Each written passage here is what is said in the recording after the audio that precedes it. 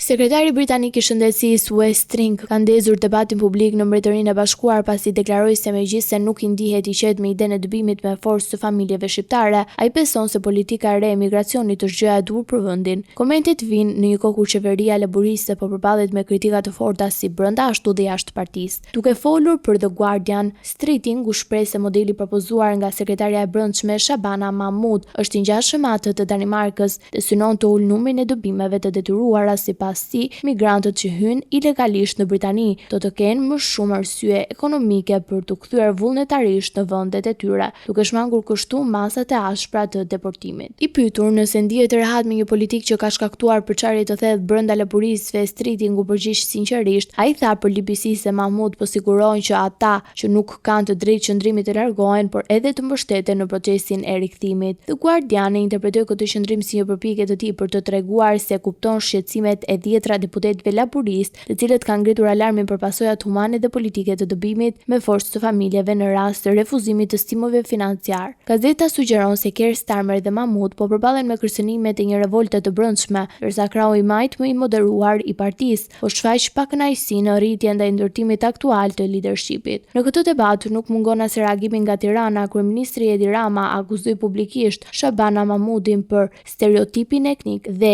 demagogji të pahishme, duke lidhur me politikën e re me stigmatizmin e shqiptarëve në Britani. Deklarata e tij u pasqyrua gjërësisht nga media britanike, duke shtuar edhe më shumë tensione në diskutimet për politikat e reja të emigracionit. Ndërkohë, qeveria britanike vazhdon të mbrojë planin, duke këmbgulur se qëllimi është ulja e emigracionit ilegal dhe formimi i sistemit të azilit, ndërsa kritikat e brendshme pritet të thellohen në javët e ardhshme.